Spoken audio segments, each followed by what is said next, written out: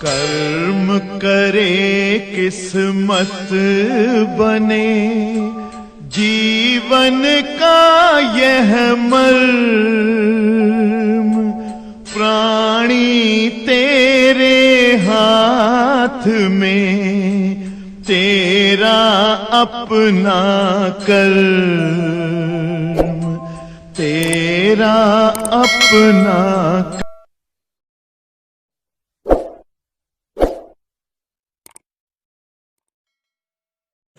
Dear students, listen to मी।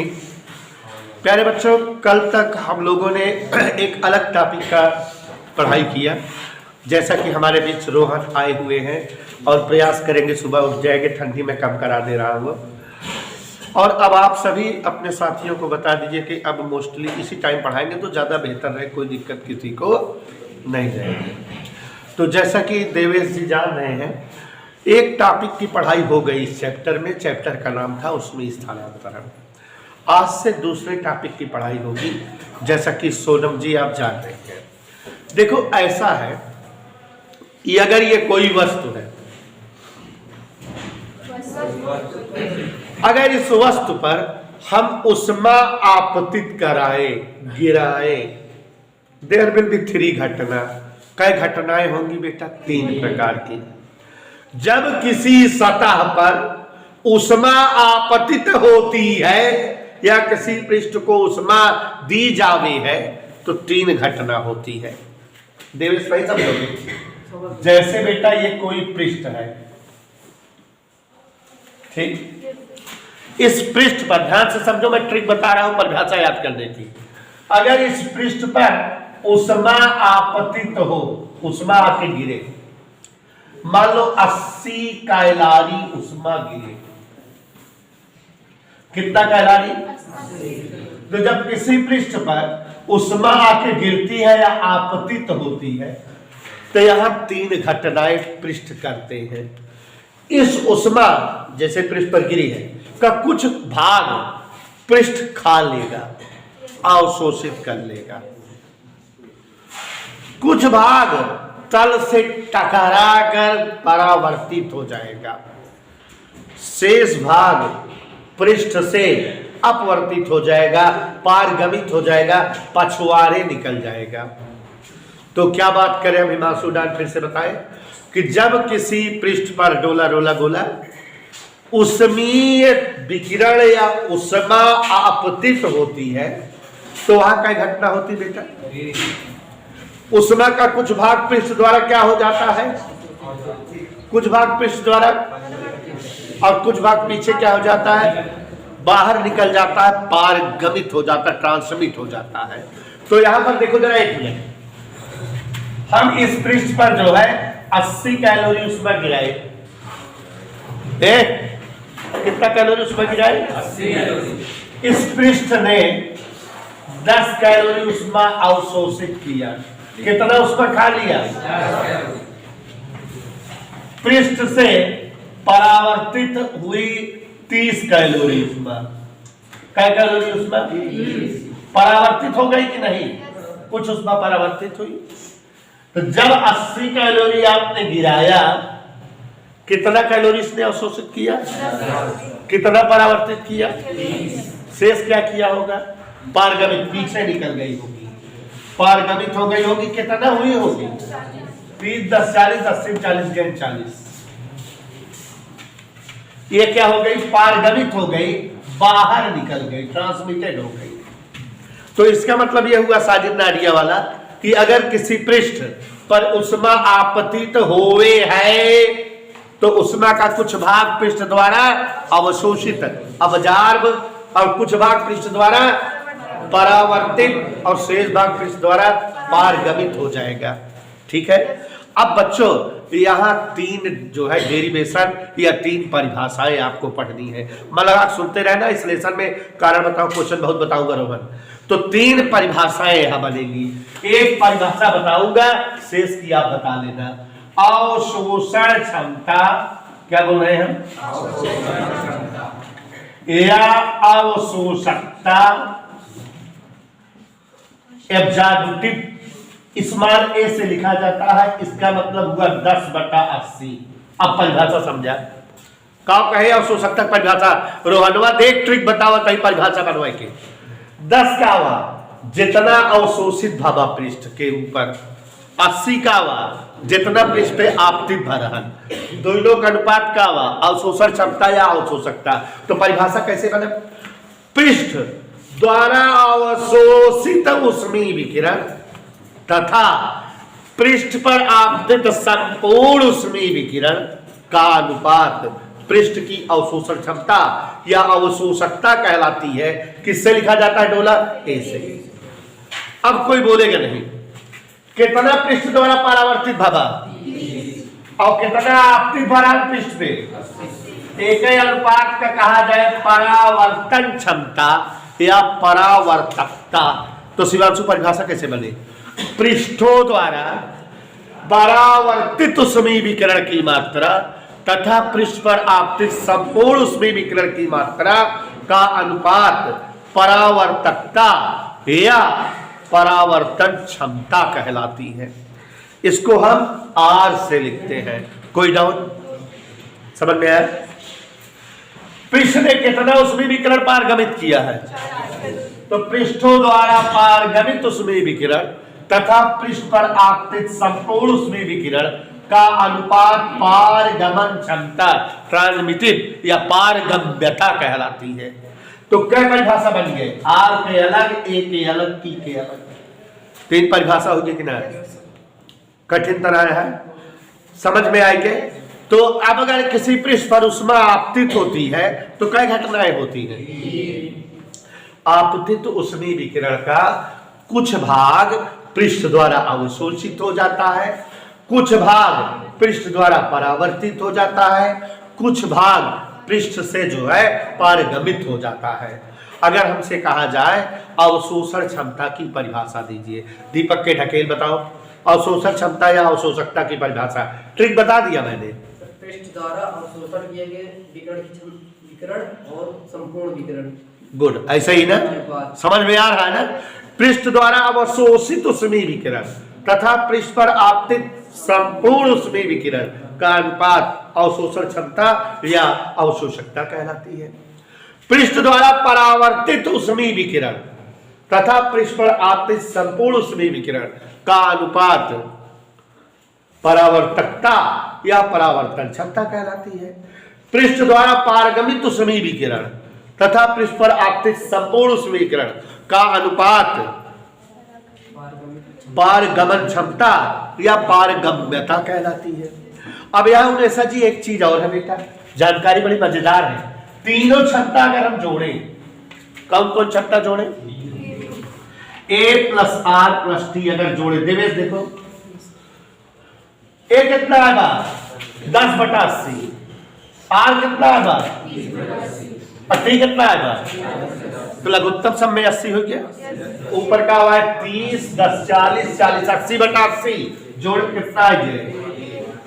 तुम्हारे एक सूत्र याद रखा कि किसी पृष्ठ की समस्त क्षमताओं का योग एक होता है। किसी पृष्ठ की परावर्तन क्षमता, अवशोषण क्षमता और पारगमन क्षमता का योग एक होता है। किसी पृष्ठ की, बहुत मजेदार बात बताने जा रहे हूं, पगला जाओगे सब लोग। किसी पृष्ठ की समस्त प्रकार की क्षमताओं का योग एक होता है। A + R + T = 1, माने तीनों जोड़ के एक रहत है। अब एक बात यह समझे वाली बात, और जैसे भाई तो का सबका मजा आए, प्रभाकर, रोहन जहां से आज पढ़ाओ तो सबके समझ में आवे चाहिए। यह देखा, अगर A, R और T तीनों जोड़े बेटा सोनम एक है तो एक मतलब जानती है तीनों जोड़े हमेशा एक रहे, कांस्टेंट रहे। लेकिन अगर A ज्यादा हो तो एक मतलब क्या हो दोनों कम करे पड़े। तो अगर कहूं अवशोषण क्षमता ज्यादा है, पर अगर कौनो पृष्ठ ज्यादा उष्मा अवशोषित करत है तो एक मतलब हो परावर्तन क्षमता कम होए, पारगमन क्षमता कम हो, उसी उष्मा कम निकलत होए। और अगर कौनो पृष्ठ का परावर्तकता ज्यादा होए तो A और T कम हुई। तो यहाँ एक जो है क्वेश्चन बन के निकल के आता है, अंजलि बता दे रहे हैं। जो पृष्ठ, एक बार बताऊंगा सुनना, कक्षा 8 में बताया गया था आपको, बताऊं मैं? जो पृष्ठ उष्मा के अच्छे अवशोषक होते हैं, माने ज्यादा उष्मा अवशोषित करते हैं, वे पृष्ठ बुरे परावर्तक होते हैं, माने उसमें उनसे उष्मा कम निकलती है, कम परावर्तित होती है। और जो पृष्ठ उष्मा के अच्छे परावर्तक होते हैं वो पृष्ठ उष्मा के खराब अवशोषक होते हैं। यही कारण है, कभी कभी कारण बताओ क्वेश्चन पूछा जाता है कि ठंडियों में, ठंडी के मौसम में, जाड़े में व्यक्ति गहरे रंगीन कलर के कपड़े या ब्लैक कलर के कपड़े का पहनना क्यों पसंद करते हैं। व्यक्ति ठंडी के मौसम में काले रंग के कपड़े या रंगीन कपड़े क्यों पहनते हैं। तो आपको पता होना चाहिए बेटा कि रंगीन कलर या ब्लैक रंग उष्मा के अच्छे अवशोषक होते हैं। काले रंग या जो है गहरे रंग उष्मा के अच्छे और खराब परावर्तक होंगे। तो अगर हम गहरे काले रंग के कपड़े पहने रहेंगे तो ये उष्मा ज्यादा से ज्यादा अवशोषित करे क्षमता रखिए, शरीर के टेम्परेचर मेंटेन करे रहेंगे, उष्मा निकाले क्षमता इनके कम है, माने हमका ठंडी कम लागे। गहरे हल्के रंग के कपड़े, क्रीम कलर के कपड़े या सफेद रंग के कपड़े आप जो है गर्मियों में पहनना पसंद करते हैं। क्यों? तो गर्मियों में क्रीम कलर के या सफेद रंग के कपड़े इसलिए पहने जाते हैं कि सफेद रंग उष्मा का अच्छा परावर्तक होता है। तो अगर हम सफेद रंग के कपड़े गर्मियों में पहने रहेंगे तो हमारी सतह से उष्मा ज्यादा से ज्यादा परावर्तित होगी, गर्माहट का आभास कम होगा और वो उष्मा अवशोषित भी कम करते हैं। कभी कभी जैसे कक्षा 7 में क्वेश्चन पूछा गया होगा, बता रही थी हमको ऐसा कि खाना बनाने वाले बर्तनों का पेंदा काला रखा जाता है, क्यों भाई? तो खाना बनाने वाले बर्तनों का पेंदा काला इसीलिए रखा जाता है कि काला रंग उष्मा का अच्छा अवशोषक है और इसलिए ज्यादा से ज्यादा उष्मा अब्जॉर्ब करेगा बर्तन और बर्तन में खाना जल्दी से पकेगा, है ना। कारण बताओ, क्वेश्चन उष्मा वाले चैप्टर में झकास है। जैसे कहता है कि जो है बर्फ वगैरह है, बर्फ को रुई या टाट से लपेट देते हैं तो वो देर में से पिघलती है। क्यों? क्योंकि रुई या टाट उष्मा के कुचालक होते हैं। जब बर्फ को कुचालक पदार्थ से लपेट देते हैं तो बर्फ को वातावरण से उष्मा मिलना बंद हो जाती है, इसलिए वो पिघलती कम है। चाहे उसको भूसे में डाल देते हैं लोग क्योंकि उष्मा का कुचालक है। जाड़ों वगैरह में रजाई का प्रयोग करते हो तो ठंडक नहीं फील होती। क्यों? रजाई या कपड़े वगैरह से बाहर रखे रहते, देखो ठंडी रहती है, जब आप उसको ओढ़ कर लेट जाते हो तो आपको गर्माहट फील होती है, तब गर्म होती है। वैसे तो ठंडी रहती हो, आपके लेटने के बाद गर्म होती है। तो होता क्या है बेटा, गर्म किस लिए होती है?